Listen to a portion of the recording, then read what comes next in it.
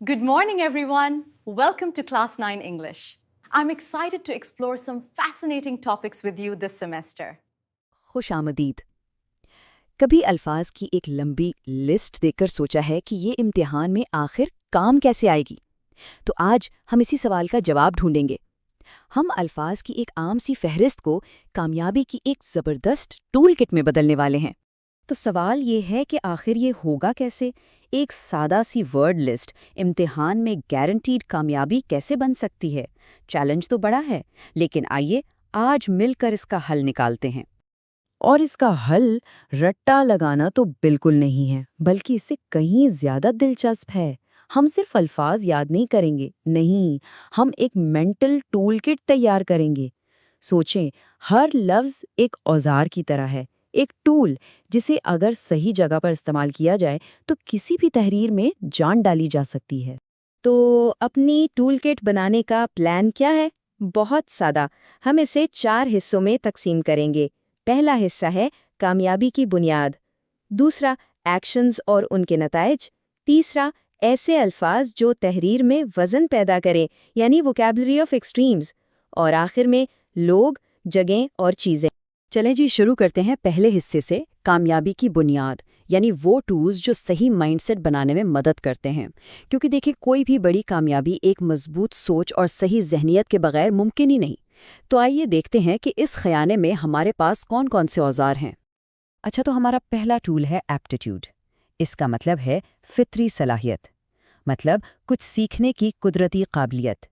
جیسے کچھ لوگوں میں زبانیں سیکھنے کا ایک نیچرل ٹیلنٹ ہوتا ہے نا؟ یا کچھ لوگ حساب کتاب میں بہت تیز ہوتے ہیں۔ بس اسی قدرتی صلاحیت کو ایپٹیٹیوڈ کہتے ہیں۔ اب آتے ہیں ڈٹرمنیشن پر، یعنی عزم یا پختہ ارادہ۔ دیکھیں، ٹیلنٹ یا ایپٹیٹیوڈ ایک طرف، لیکن ڈٹرمنیشن کے بغیر وہ کسی کام کا نہیں۔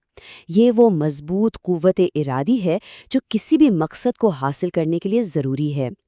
جب بھی حالات مشکل ہونا تو یہی عزم ہوتا ہے جو ہمت دیتا ہے کہ نہیں، بس لگے رہنا ہے۔ یہاں ایک بہت اہم بات سمجھنے والی ہے۔ اکثر لوگ ڈٹرمنیشن اور ڈٹرمنٹ میں کنفیوز ہو جاتے ہیں۔ ڈٹرمنیشن ایک خوبی کا نام ہے، یعنی ناؤن، جبکہ ڈٹرمنٹ کسی کی حالت بتاتا ہے، یعنی ایڈجیکٹو۔ تو ایک ہے پختہ ارادہ اور دوسرا ہے پرعزم ہونا۔ یہ فرق جاننا بہت ضروری ہے۔ ٹول کٹ میں ہمارا اگلا اوزار ہے ڈیووٹ، یعنی کسی کام کے لیے خود کو وقف کر دینا۔ اپنا سارا وقت، اپنی ساری توانائی، سب کچھ ایک مقصد کے لیے لگا دینا۔ مثال کے طور پر ایک سائنسدان اپنی پوری زندگی ایک ریسرچ کے لیے ڈیووٹ کر دیتا ہے۔ اور اس سیکشن کا آخری لیکن شاید سب سے اہم ٹول ہے کیئر، یعنی خیال، توجہ۔ اکثر بڑے بڑے مقاصد کے پیچھے ہم اس چھوٹی سی بات کو بھول جاتے ہیں، لیکن یاد رکھیں، اپنی صحت کا خیال رکھنا یہی تو کامیابی کی طرف پہلا اور سب سے ضروری قدم ہے۔ چلیں اب چلتے ہیں دوسرے حصے کی طرف، ایکشنز اور ان کے نتائج، یعنی اب ہم ان ٹولز کی بات کریں گے جو کام کرنے اور اس کے نتیجے کو دکھانے کے لیے استعمال ہوتے ہیں۔ اسے ایک کہانی کی طرح سمجھتے ہیں۔ ترقی کا سفر کیسے ہوتا ہے؟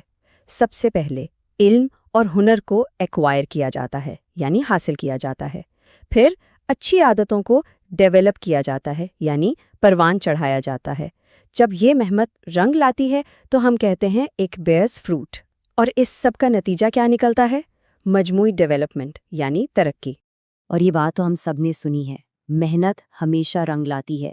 بیئر فروٹ کا محاورہ اسی بات کو کہنے کا ایک بہت ہی خوبصورت اور مؤثر طریقہ ہے۔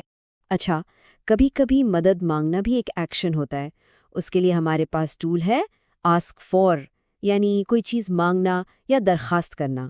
جیسے معلومات کے لیے آسک فار کرنا یا کسی سے مدد مانگنا۔ اب ایک بہت ہی کام کا ٹول کازڈ بائی، یعنی کی وجہ سے۔ امتحانات میں اکثر کاز اینڈ افیکٹ والے سوالات آتے ہیں۔ یہ فریز وجہ بتانے کے لیے بہترین ہے۔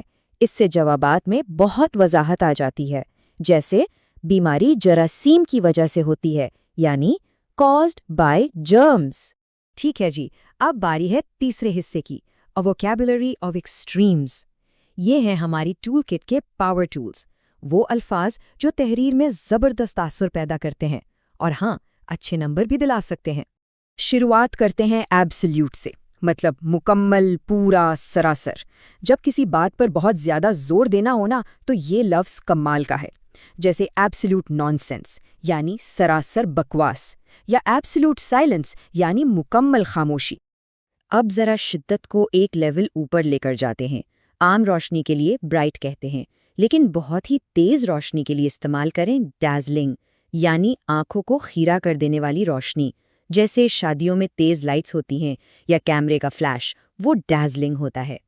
اچھا، اور اگر کوئی چیز بہت شدید ہو اور ساتھ میں نقصان دے بھی تو اس کے لیے لفظ ہے ڈینجرس، یعنی خطرناک۔ یہ لفظ سنتے ہی ایک خطرے کا احساس ہوتا ہے۔ اور اب اس سلسلے کا سب سے طاقتور لفظ ڈیوسٹیٹنگ، یعنی تباہ کن۔ یہ صرف ڈینجرس نہیں ہے، یہ اس سے کہیں آگے ہے۔ یہ مکمل تباہی کی تصویر دکھاتا ہے، جیسے کوئی خوفناک زلزلہ یا طوفان۔ اس کے اثرات ڈیوسٹیٹنگ ہوتے ہیں۔ اور اب ہم پہنچ گئے ہیں اپنی ٹول کٹ کے آخری حصے پر، سیکشن نمبر 4، لوگ، جگہیں اور چیزیں۔ چلیں دیکھتے ہیں کہ اپنے ارد گرد کی دنیا کو بیان کرنے کے لیے ہمارے پاس کیا ٹولز ہیں۔ پہلا لفظ ہے ڈیلیگیشن، یعنی وفد۔ جب کچھ لوگ ایک گروپ کی شکل میں کسی ملک یا تنظیم کی نمائندگی کے لیے کہیں جاتے ہیں تو اسے ڈیلیگیشن کہتے ہیں، جیسے پاکستان کا ایک تجارتی وفد چین گیا ہو۔ اب جگہوں کی بات کرتے ہیں۔